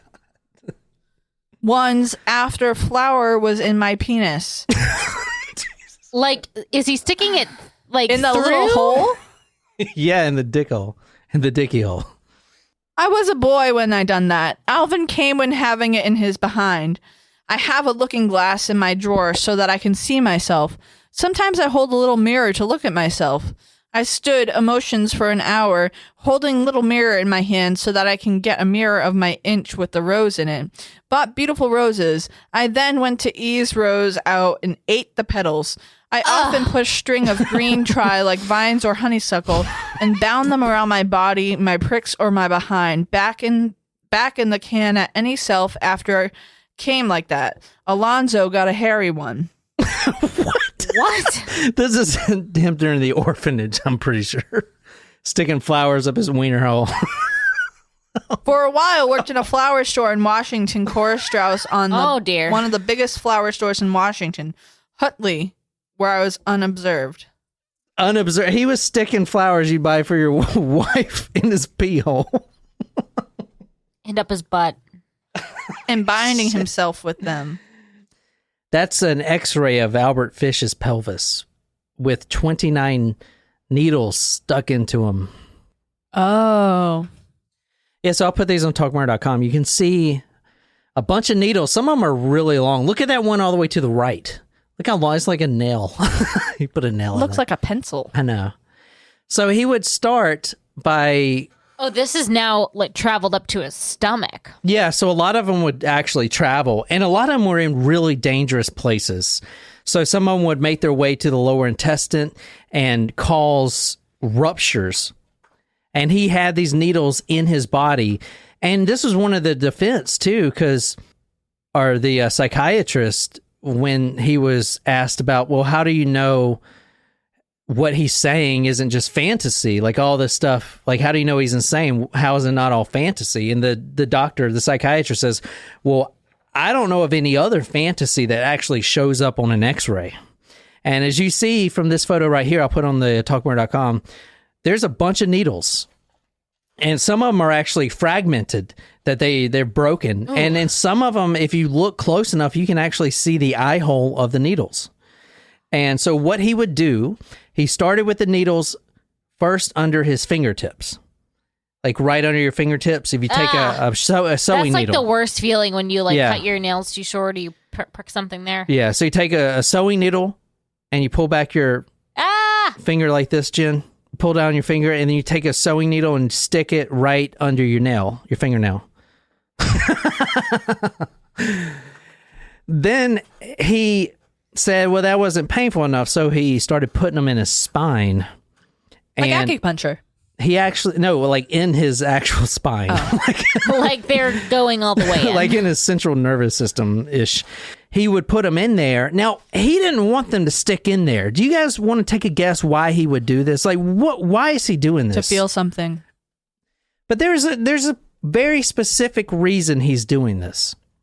And I was hoping you guys would pick up on it. This whole thing about the religious aspect, all this stuff, is that ringing any bells? Like, why is he punishing himself? He's trying to atone for his sins. Does that make sense? Mm-hmm. These needles and the cotton in his butthole lighting on fire. So whipping once himself. again, he knows what he's doing is wrong. Kind of. And we're going to talk a little bit about the Bud case in a second, but I'm trying to roll this episode a little bit into the religious mania he's feeling. There's only one reason he likes the feeling of it. He loves it. But the psychology of it is he's trying to atone for his sins. Okay? He actually gives a few reasons for this to his, I was about to say chiropractor. His acupuncturist. His psychiatrist. Number one, he gets a sexual kick out of it. Number two, it relieves pain of a hernia he had, which is fucking crazy. Acupuncture. This causes more pain. This is why he limps. He's bow-legged. And this is why he limps, like the Slender Man limps. And he's wearing He's got a cane. He limps because he's got 29 fucking sewing needles stabbing in his intestines. Oh boy. He also likes to punish himself for what he has done to others. So he's atoning for his sins. And also voices are telling him to purge himself from sin by self-torture. And this is what he tells his psychiatrist. I put them up under the spine. I took out only one needle. I couldn't get the others. I did put one in the scrotum too, but I couldn't stand the pain. Can I just make a comment before we go too much further about something that you said?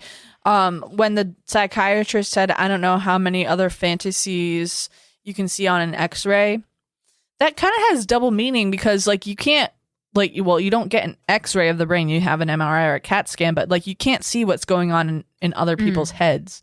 But like you see the needles in his body. Yeah. Which is kind of interesting. I don't know. I just thought it was an interesting point. This section is going to be focused on atonement and contrition that he's putting himself through. Or we got to relate this to the Bud case, the Gracie Bud case.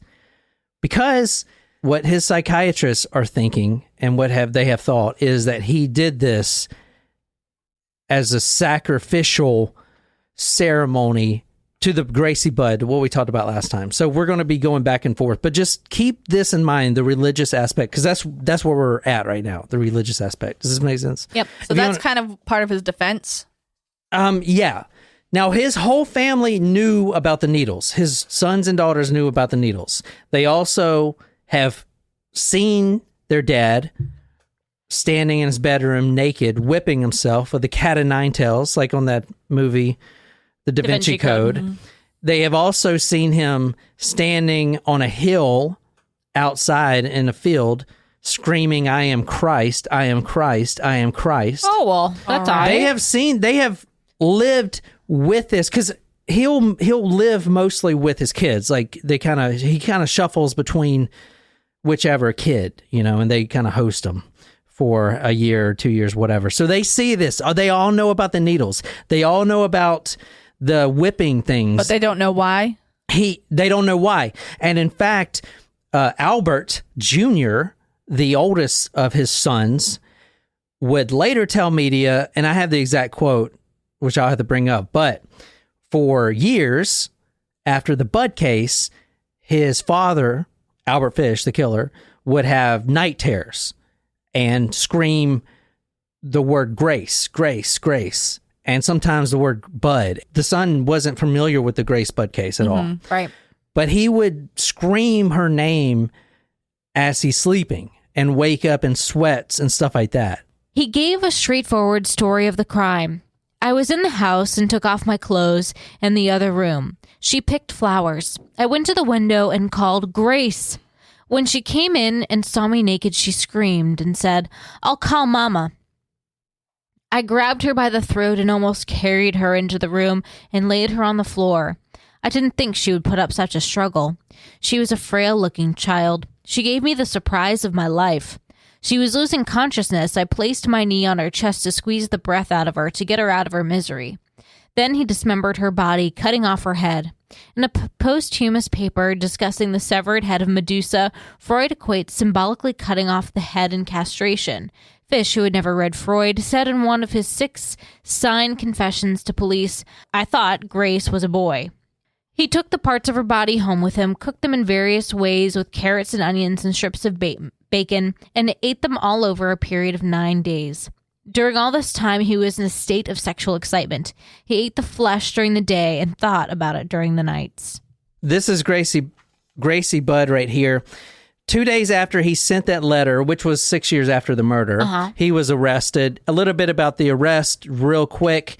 The letter envelope that he used was exclusive to a YMCA type club, and he attempted to scratch out the address, but just a little bit was left where you can see like the symbol of the community club, and that's knew where it was. Yeah, that's how he was tracked, and they tracked that letter, that specific letter, back to the guy who rented the current room he was staying in prior to Albert Fish living there, and the guy claimed that because they thought it was him at first. He claimed, no, I left these envelopes on the top of like this dresser way up there. And what I'm about to say is extremely ironic. The letter envelope that was way up there on the mantle, Albert Fish would not have used at all. However, he was trying to kill a roach that was crawling up on the mantle, and then he noticed the envelope. So if he would not have used that envelope, he would have never been caught. Wow. And his goal was to take this to the grave. He actually says that, quote, I want to take this secret to the grave. That was his main goal. So it's ironic that a roach is the thing that took down Albert Fish, a roach. Because it's like the lowest of low. Yeah. And the Detective King, is the mastermind that thought to track down all this stuff. I mean, there's a lot of cool stuff that we didn't go into that he did. But once he's finally caught, Detective King walks into the room he's staying, or into the boarding house, and he is sitting on the couch. Immediately, the detective walks over to Albert, and Albert looks up, takes a razor blade out of his coat pocket, and tries to cut his neck with it. And he doesn't succeed. But right then, the detective knew, that he did it. Yeah, so that's a little bit about that. Wow. Now, going back to the Bud murder, he was arrested 2 days after he sent that vile letter to the parents. There's a lot of photos, which is kind of...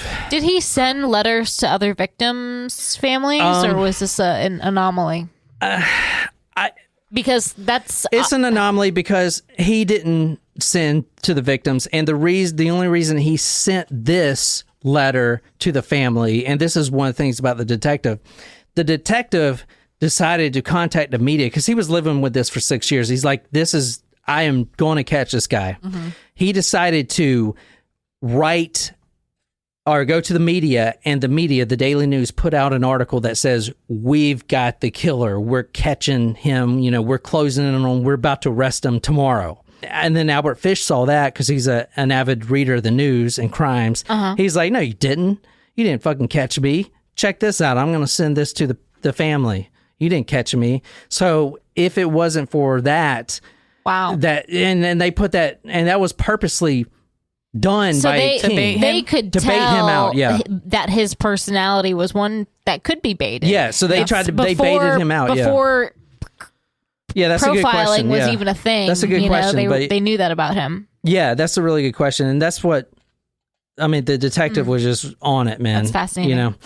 Anyway, there's plenty of pictures. It's kind of crazy. A lot of the crimes used this back in the day. When they find bones or something outside, they would just get whatever they had. And the 10-year-old Gracie's bones were actually stored in a picnic basket. And there are plenty of, you see the picnic basket right there. And you can see the bones. They fill up the picnic basket after a while. There were 80 bone fragments, and the prosecution actually took the bones in a box, and when they went into court, because they got to prove that... So was Grace's murder, was this the murder that he was tried for? The only murder he was tried for, yeah. That's why we're going so much into it. Got it. Yeah, they would actually shake the box to hear the bones rattle, which they would never do that nowadays. Right. But it is definitely something that put that... fear in people's head when they would shake the box. Oh yeah, and it just made it more real because you don't have you don't have like the whole body there, but you can be like, this is her. Like you did this to her. Yeah. Here's a good picture of the bones filling up the picnic basket. I'll put all these on talkmore.com. Yeah, they found 80 fragments, and this is where I want to kind of stop this story. Initially, remember, he wanted to kidnap the son. Right. Yeah. After years of the needles and the contrition and trying to atone for his sin, he realized, or actually he was commanded 2 weeks before this murder to have a sacrifice, much like Abraham and his son, Isaac. He was going to kill his son? No, not his son, but he was going to sacrifice a child, a virgin child. It had to be a virgin. And that is why, and if you want to get too far into this, which is really fucked up, is why he killed Gracie before he raped her, because she died a virgin, then he raped her. But here's the thing about the story of Abraham. Number one, Abraham didn't kill Isaac because God stepped in and said, hey, like, I see that you want to do this for me, but like, no, you don't have to do that. Number two, if he really wanted to go into the story of Abraham, he would have sacrificed one of his own children. True. So that's like not even valid. I mean, I understand like he was hearing this or was commanded to or whatever, but like you can't be like, oh, well, sorry. Like, well, I guess I can't sacrifice my own kid. Could I find someone else to sacrifice for you? Like, that's not. It's an excuse. No, it's an excuse. And that's a very good point. This is the quote from Albert Fish. Quote, "What I did must have been right, or an angel would have stopped me, just as the angel stopped Abraham in the Bible. Boy. If I was wrong, the angel would have stopped me. A man who labors under delusions is not a free agent." This is what his psychiatrist is saying. He is not deterred by punishment. If you want to read this. I had sort of an idea through Abraham offering his son Isaac as a sacrifice.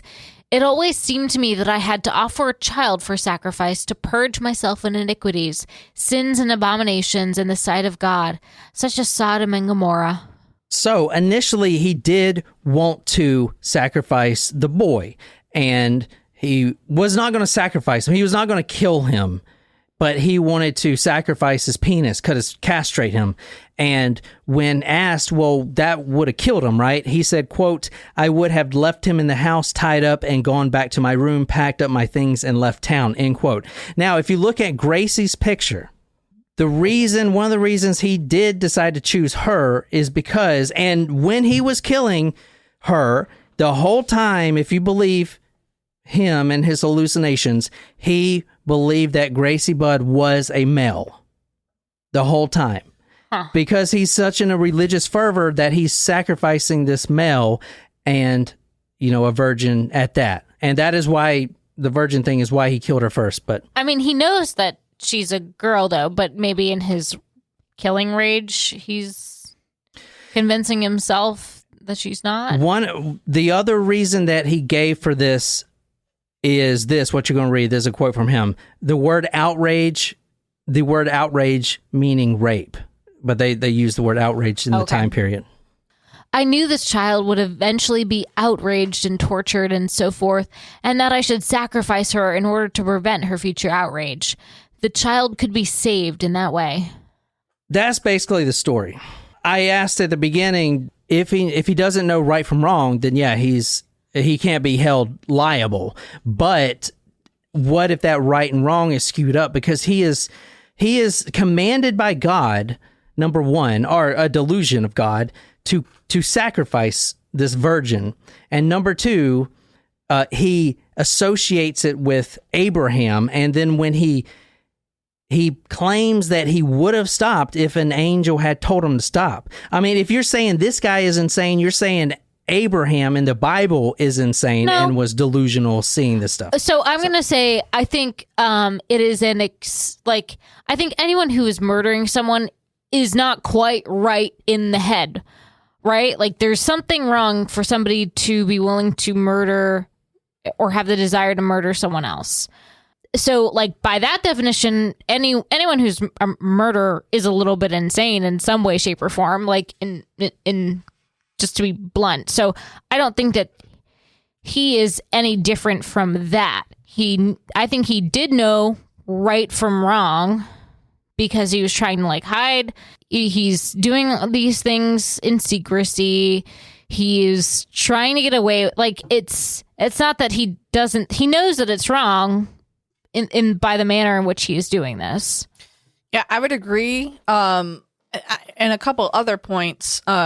So you think he should be put to death? I mean, he was put to death, but you think that's the right thing to do? I think like I said, I think he was insane in some way, shape, or form, but he knew the definition of right from wrong. I think he was culpable enough to be held accountable for his actions. So what would your vote be to put him to death? It would be, guilty. You know how I feel about the death penalty, but I would charge him with his crimes. I would convict him. I don't know what I would sentence. Because I don't, know how I feel about that. But the first thing is, you were talking about how he had a very major role in his own defense. If he's concocting his own defense, how do we know that this is actually? I mean, even you can tell your lawyer something, and that doesn't have to be the truth. They have their job as a defense lawyer is to believe you and to make your case. Like they don't like just because that's what you're telling them does not necessarily mean it's true. Number one. Number two, when you go back to the whole Abraham thing, and he says if the angel. If it was wrong, then the angel would have stopped me. Well, no, not necessarily, because going back to the story with Abraham and Isaac, what Abraham was doing was right. He was literally what God told him to do. But God told him to kill Gracie Budd. No, let me finish my point. Oh, so God told Abraham to sacrifice his son, so he went to do that, and because he was going to sacrifice his son, and God knew that, like, no, that's not what I know how much you love me and showed that you would do this because you were doing what is right, like, I'm going to spare your son. So in Albert Fish saying, if what I was doing was wrong, the angel would have stopped me. No. If God actually told you to sacrifice Gracie Budd and you are comparing yourself to Isaac, and then you actually went to sacrifice Gracie Budd, then God would have stepped in and stopped you before you sacrificed Gracie Budd. If you're going to compare yourself to Abraham, then it has to be the same circumstance. Yeah, that's a good point. I'm going to quickly read some of because I'm like on the fence. I know it sounds crazy, but just listen to what the psychiatrist says, because it's pretty telling. Number one, there's a point where do we want to kill him because there are hundreds of other cases, which if we kill him, they'll never be solved. And obviously they didn't want to solve any other cases because this is the only one they tried him for. I mean, there are hundreds of rape cases, murder cases, or whatever that he's probably attributed to that, he probably would have on his deathbed or before that came clean about. Why not? Well, so that's one point of not killing him right away. Well, I don't even think you needed to kill him right away because, I mean, and as evidence, when the detective caught him, he tried to off himself. So he was going to kill himself eventually. Yeah, that's true. Mm-hmm. And so you didn't even need to sentence him to death. He was going to end up killing himself. And one point I forgot to make is because he thought the trial was going to be a reversal.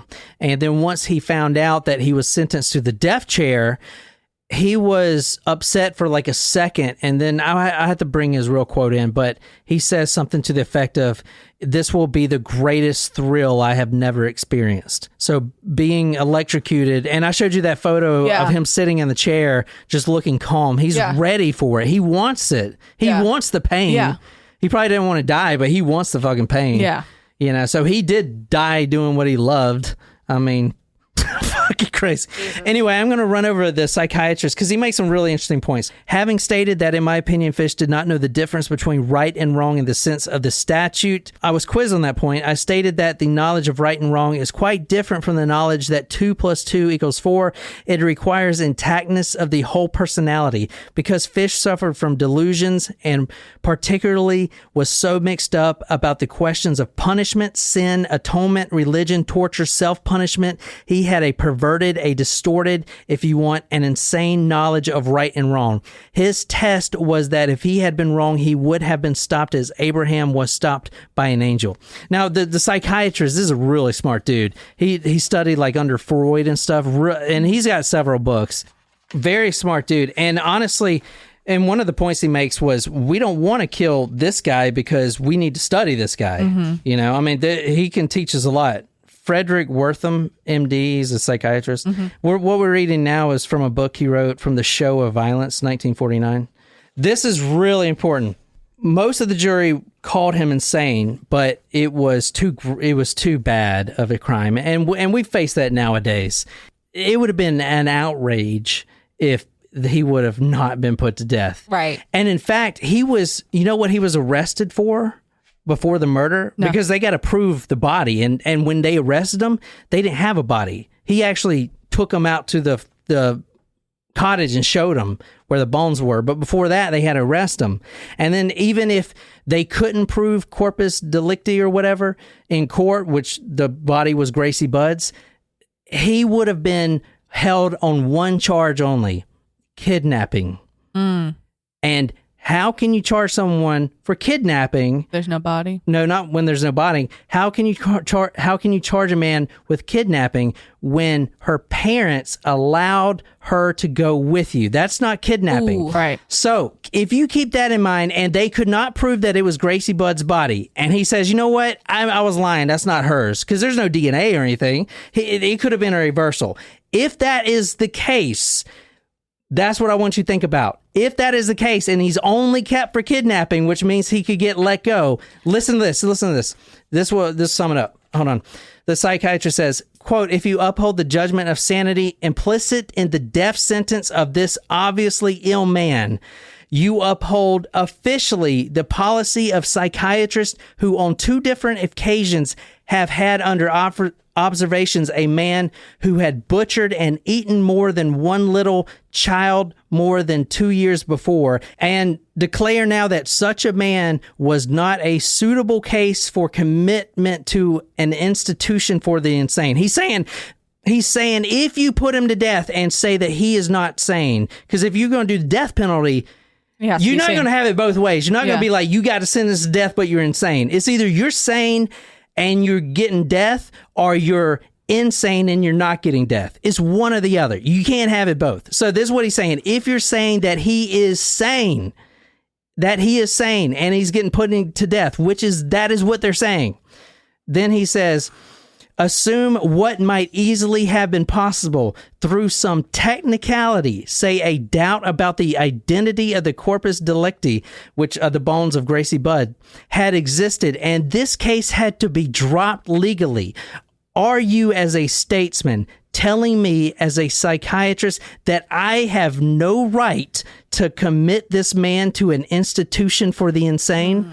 He's saying, if you're saying he's sane and there's a technicality where he gets thrown out, I can't even put him in a mental institution. That's a mind fuck. That's it. Yeah, that's an interesting way of putting it.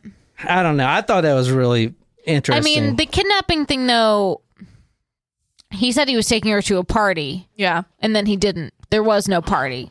So that I don't think that would have been a charge that would necessarily get dropped out. I'm just saying. I don't know. Plus, what about holding her hostage? Like, is that a separate charge of kidnapping? But the thing is, this is a number one, a lot of the psychiatrists thought he was senile, which he probably was. So, how are you going to hold an old man that doesn't even, and it has all this other... He still did do... I know. I'm just saying. Yeah. Just saying. Because if he is sane, then he can't be put in a mental institution. Right. If there was something that happened with the trial and they said he was sane, then... Yeah, you're right. I get what you're saying. Read this last paragraph by the psychiatrist, and then we'll stop here. And that is the way the authorities left it too. They did not even count the victims. Albert Fish is dead. The Fish case is settled. But it has always remained in my mind an unfinished business.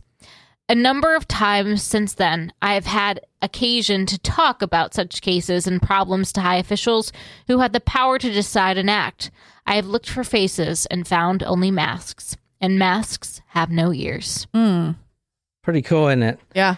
It is a crazy case. Honestly, this is the most fascinating case I've ever done. Just the psychiatry part, because you have 4 other state-appointed psychiatrists that all declared him insane. Yep. So when this guy who studied under Freud and stuff like that, they do cross-examinations and stuff, and they say, oh, he's sane? How many other sane people do you know eat human feces? And then the psychiatrist, one of them says, I know quite a bit. I know a public official that has feces with as a side for his salad. Oh my God. Exactly. But it's all bullshit, because the bottom line is the case is just it's too gruesome. It's too bad.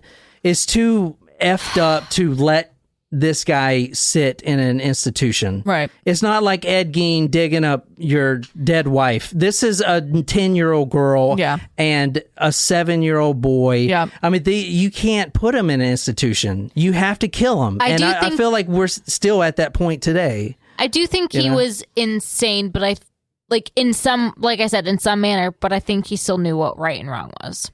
Yeah.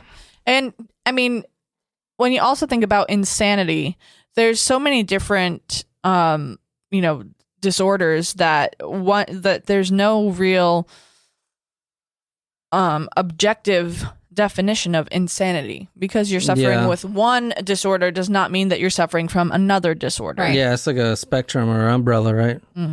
I don't know. If you guys stayed with us, thank you so much. That was a fascinating case. But that's the case of Albert Fish. I mean, there's so much more to go on, and it's crazy that this case is little known, and it's little known because of what was going on back in the day, you know, the time period and stuff like that. But I don't know. That's the Albert Fish case. Hope you guys liked it. Yeah. If you like it, support us on Patreon. You go to talkmore.com/join. You can support us there and request some shots and talk to us or whatever. We're all on that platform. My name is John, and until next time, good night, you lovely, lovely people.